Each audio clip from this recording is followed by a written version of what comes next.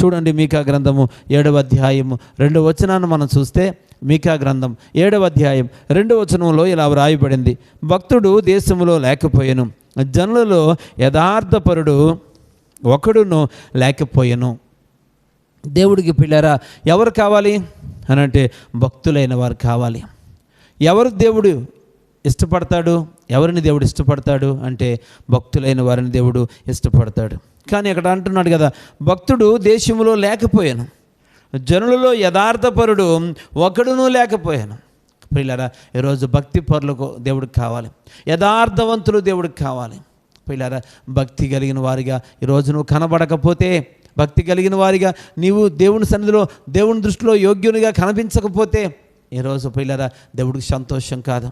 ఆయన వ్యాజ్యాన్ని కొనసాగిస్తూనే ఉంటాడు, ఆయన వ్యాజ్యాన్ని కొనసాగిస్తూనే ఉంటాడు.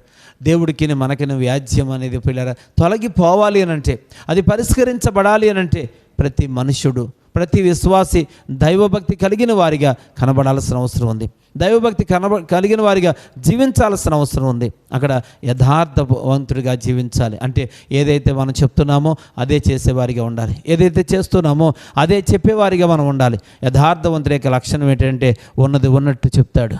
పిల్లలు ఉన్నది ఉన్నట్టు మాట్లాడతారు. కనుక అటువంటి యథార్థవంతునిగా, యథార్థవంతురాలిగా, భక్తి కలిగిన వానిగా, భక్తి కలిగిన దానిగా ఈ లోకంలో మనం జీవించాల్సిన అవసరం ఉందని సహోదరులారా గమనించాలని ప్రభువు పేరట ప్రేమపూర్వకంగా కోరుచూ ఉన్నాను.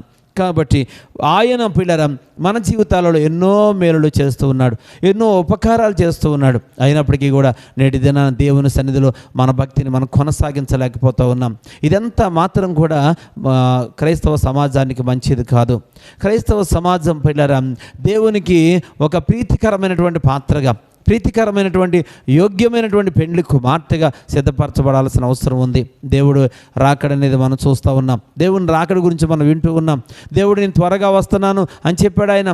కానీ ఆ సమయానికి పిల్లరా సంఘము అనబడిన పెండ్లి కుమార్తె తను తాను సిద్ధపరచుకొని మధ్యాకాశానికి పిలువబడబోతూ ఉంది. ఆ సిద్ధపడేటువంటి స్థితిలో ఈరోజు నీవు ఉండాలి అంటే దేవుడికి గద్దింపునకు లోబడాల్సిన అవసరం ఉంది.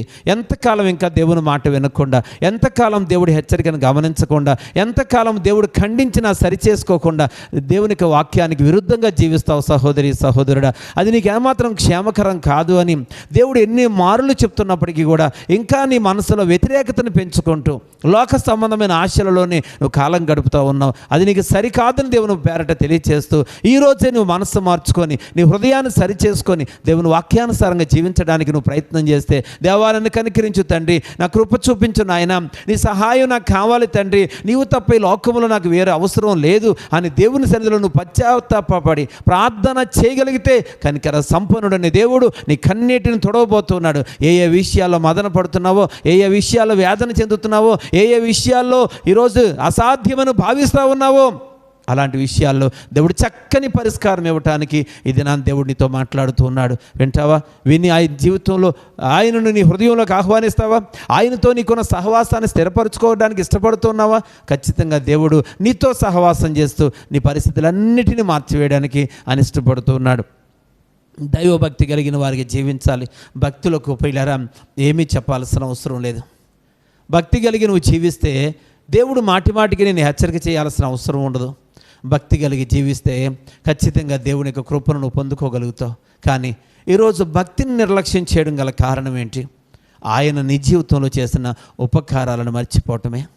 ఆయన నీ జీవితంలో ఎలాంటి కార్యాలు చేశాడు అనే విషయాన్ని నువ్వు మర్చిపోవడమే. కానీ చాలామంది ప్రస్తుత దినాల్లో కలుగుతున్న కష్టాల నుంచి దేవుడు విడిపించడం లేదు అనేటువంటి ధ్యాసలోనే దేవుడు నాకేం మేలు చేయలేదని భావిస్తూ ఉన్నారు. కానీ ఒక విషయం గమనించు, నీవు రక్షించబడిన మొదటి దినాలలో, లేక నువ్వు యేసుక్రీస్తు ప్రభువుని గురించి తెలుసుకున్న మొదటి దినాలలో మన పరిస్థితుల్లో దేవుడు ఏ కార్యం చేశాడో అది మహోపకారం. ఆ ఉపకారాన్ని బట్టి మనం బ్రతికినంతకాలం దేవుడితో సాంగత్యం చేయాలి.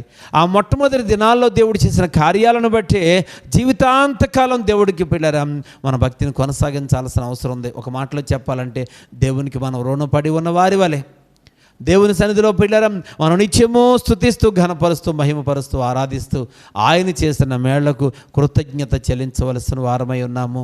ప్రియ సహోదరి సహోదరుడా, మనము భక్తిగా ఉండాలి అని అంటే ఆయన మనకు చేసిన మేలులను జ్ఞాపకం చేసుకోవాలి.